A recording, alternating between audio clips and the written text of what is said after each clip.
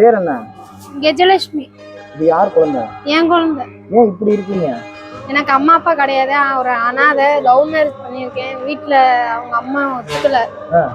ஏற்கனவே ஒரு கன்ஃபார்ம் ஆகி இறந்துருச்சு ஒரு பிள்ளை. இவன் தம்பி இறந்துட்டான். அதில் வீட்டை விட்டு அனுப்பி விட்டாங்க. இப்போ நான் ரோட்ல பிச்சை எடுத்துக்கிட்டு இருக்கேன். என் வீட்டுக்காரருக்கும் தெரியும் பிச்சை எடுக்கிறது. வீட்டுக்காரர் எங்க இருக்காரு? வேலைக்கு போயிருக்காரு. நைட் 8 மணிக்கு அவங்க வர. என்ன வேலை பார்க்குறாரு? டிரைவர். அவர் பேர் சிலம்பரசன். டிரைவர் நீங்க ஒரு நைட்டு கூட எல்லாம் இதா இருக்கீங்க. அவங்க அம்மா எதுவுமே எடுத்து கொடுக்க கூடாது, சம்பளம் காசு எனக்கு தான் கொடுக்கணும், இல்லைன்னா வீட்டை விட்டு போங்க சொல்லி மிரட்டுறாங்க. அதனாலதான் நான் பிச்சை எடுக்கலான்னு வந்தேன். பிச்சை எடுக்கலாம்னு பஸ் ஸ்டாண்ட்ல என்ன பண்றீங்க? பிச்சை எடுத்துக்கிட்டு இருக்கேன். உண்மையுமே பிச்சை தான் எடுத்துக்கிறேன். ஏன் இப்படி சொல்றீங்க? குழந்தை வச்சுக்கிட்டு உண்மையுமா இப்ப 150 ரூபா பிச்சை எடுத்து தான் வச்சிருக்கீங்க. ஏன் அப்படி சொல்றீங்க? 2 நாள் ஆகுது சாப்பிட்டு. ஆமாண்ணா, அரிசி எதுவுமே வாங்கி கொடுக்க மாட்டேன். வீடு எங்க இருக்கு? எங்க வீடு புதுக்கோட்டை கரம்பக்குடிண்ணா. வீடெல்லாம் இருக்கா உங்களுக்கு? சொந்தமா வீடு இருக்கு. வீட்டுக்கு போய் எவ்வளவு நாள் ஆகுது? இன்னைக்குதான் வந்தேன். போயிட்டு வருவேன். போயிட்டு வரீங்க. வேற ட்ரெஸ் இல்லாம இப்படி இதா இருக்கு. ஒரே ட்ரெஸ் தான். இவனுக்கும் ஒரே ட்ரெஸ் தான் இருக்கு. அவருக்கும் ட்ரெஸ் இல்லை. சரி, எங்கேயாவது நான் வேற எங்கேயாவது வேலைக்கு சேர்த்து தான் குழந்தை வச்சு போக முடியாது. நீங்க அங்கே உட்காந்தீங்க, அதனால தான் ஒரு விஷயம் உங்களுக்கு தனியாக அவங்க அது குழந்தை வச்சு உட்காந்தீங்க. உங்க குழந்தைய கேட்கறதுக்கே சங்கடம் வருது. உண்மையுமே உங்க குழந்தை தானே? உண்மையுமே என் குழந்தை தான். 2ஆம் தேதி ராணி ஆஸ்பத்திரியில பிறந்தான். அப்படியா? சரி, ரைட்டு. சரி, இப்போ நான் ஏதாவது உங்களுக்கு உதவி பண்ண எனக்கு என்ன வேணும் உங்களுக்கு? போட்டுக்க ட்ரெஸ்ஸு, காசு, அவ்வளோதான். போட்டு ட்ரெஸ் இருந்தால் போதும். ட்ரெஸ் ஒன்று கூட இல்லை. ட்ரெஸ்ஸும் காசும் ஜாமான். அங்கே காசு ஜாமான் வாங்கி கொடுத்தா நீங்கள் வீட்டுக்கு எடுத்துகிட்டு போய் சமைச்சிருவீங்களா? சமைச்சிருவேன். வீட்டுக்காரர் உங்களை பார்த்துக்கிறாரா? இல்லை இல்லை நல்லபடியாக பார்த்துக்கிறாரு. நீங்கள் பிச்சை எடுக்கிறீங்க. என் மாமியார் காசு கொடுக்க கூடாது, அரிசி எதுவும் வாங்கி கூடாதுன்னு மிரட்டி வச்சு. மாமியார் சொன்னாலும் உங்கள் வீட்டுக்காரர் உங்களுக்கு அவருக்கு அவரோட குழந்தை தானே. அவர் அப்போ உங்களை பார்த்துக்கணும்ல. அப்புறம் பார்த்துக்காத நம்பி நீங்கள் இப்படி பிச்சை எடுத்தீங்கன்னா ரோட்டில் உட்காந்து. அவருக்கு தெரியாம தான் வந்தேன். குழந்தைய வச்சு பிச்சை எடுத்தீங்கன்னா எல்லாரும் என்ன நினைக்க மாட்டாங்க சொல்லுங்க?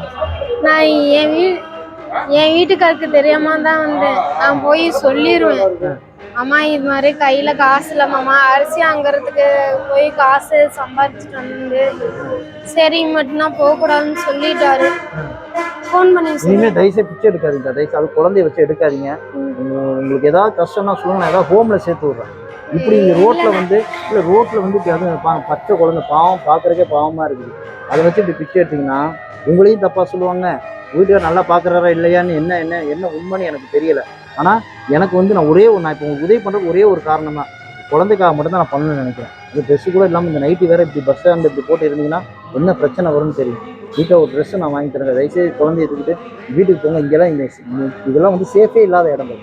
இந்த இடத்துல அதுவும் நீங்கள் இப்படி குழந்தைய வச்சுருந்தீங்கன்னா நிறைய பிரச்சனைகள் தான் வரும். சரியா? அவங்களுக்கு ட்ரெஸ்ஸு இது வாங்கி தரேன். நீங்கள் தயவுசெய்து வீட்டுக்கு எடுத்துக்கோங்க. சரியா? இப்போ பணம் இருக்குது. சரியா?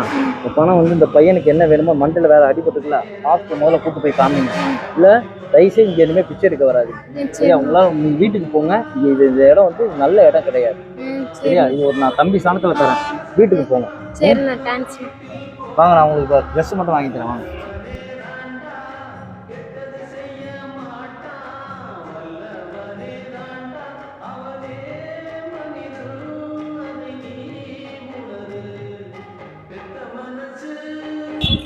இது பிடிச்சிருக்கா?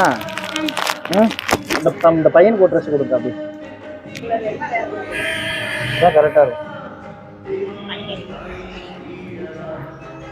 எது வேணும் உனக்கு? எது வேணும்? எடுத்துக்க. இந்தா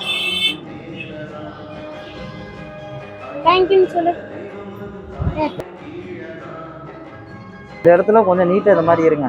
சரி, இனிமேல் பிச்சை எடுக்காங்க. குழந்தை வச்சு பிச்சை எடுக்கக்கூடாது. பார்த்தேன் ட்ரெஸ் எனக்கே மனசு ஒரு மாதிரி கேட்கும் தான். நான் அக்காங்கிற உரிமையில செய்கிறேன் உங்களை. சரியா? ஒரு அக்கா சாணத்தில் நான் நினச்சி செஞ்சுட்டு போகிறேன். தயவுசெய்து குழந்தைய வச்சு பிச்சை எடுக்காங்க. ஏன்னா அவங்களுக்கு ஒரு எதிர்காலம் இருக்குது.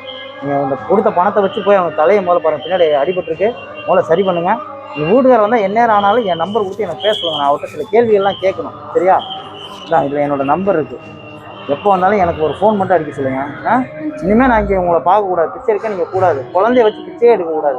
ஒரு சாப்பாடுக்கு ஏதாவது வேணும்னா சொல்லுங்கள், நான் வாங்கிக்கிறேன். சாப்பிட்றதுக்கு நான் உங்களுக்கு செய்கிறேன். சாப்பாடு மீறி வேறு என்ன செலவு இருக்கும்?